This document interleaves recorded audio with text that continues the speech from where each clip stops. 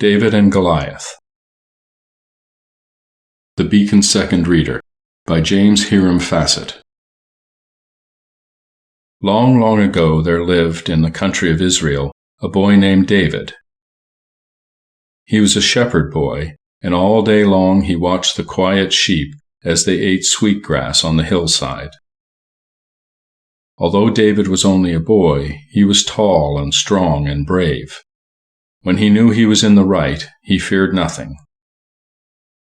David's quiet life did not last long.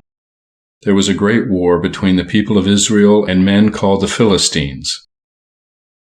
All the strong men in David's town went to join the army of Israel. David could not go, as he had to tend the sheep, but his 3 older brothers went to the war.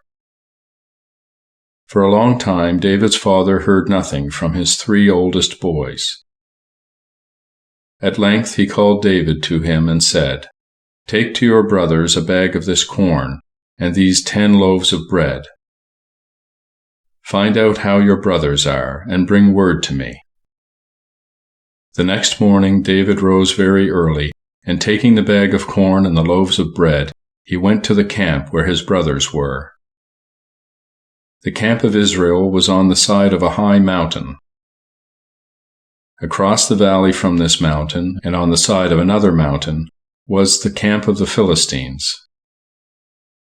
After David had come to the camp and had found his brothers, shouts of anger and fear came from the soldiers.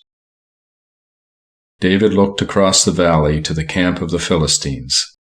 There he saw a huge soldier dressed in shining armor. This giant soldier carried a great spear and shield. "Who is that man?" asked David. "Do you not know? That is Goliath," said the soldiers.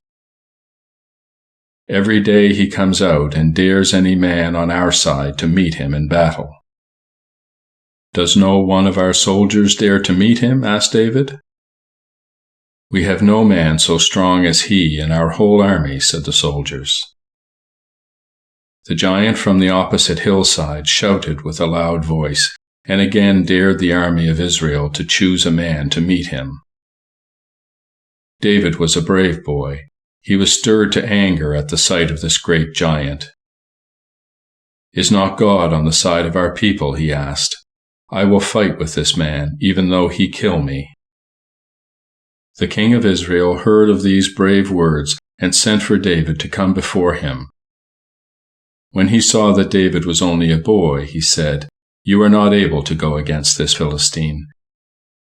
You are only a boy, while he has fought in many battles." Then David said to the king, "Once when I was guarding my father's sheep, I killed a lion and a bear without help from anyone but the Lord. He will help me fight this man." Then the king said, "Go, and the Lord be with you." The king fitted David with heavy armor and gave to him his own sword, but David said, "I am not used to this heavy armor. It will only hinder me." So he threw it off. Then David went to a brook nearby and chose 5 smooth stones. Armed with these 5 stones and his sling, he went bravely out to meet the giant. When the giant saw that David was only a boy, he was angry and cried out, "Do you dare fight with me? I will kill you, and will give your flesh to the birds and the beasts." David looked at him without fear and said, "You come against me with a sword and with a spear and with a shield, but I come to you in the name of the Lord. This day will he give you into my hand. I will kill you and take your head from you, and I will give the bodies of the Philistines to the birds and the beasts." When they came near to each other, David fitted one of the 5 stones to his sling. He whirled the sling swiftly about his head. The stone flew straight to its mark. It struck the Philistine full in the forehead. The huge giant took one step and with a groan fell to the earth. Then David, standing upon the giant, took his sword and cut off the head of his enemy. When the Philistines saw that their giant was dead, they were filled with fear. They left their camp and tried to run away, but the army of Israel followed them and won a great victory. For this brave deed, David was made a captain and was held in honor by the king.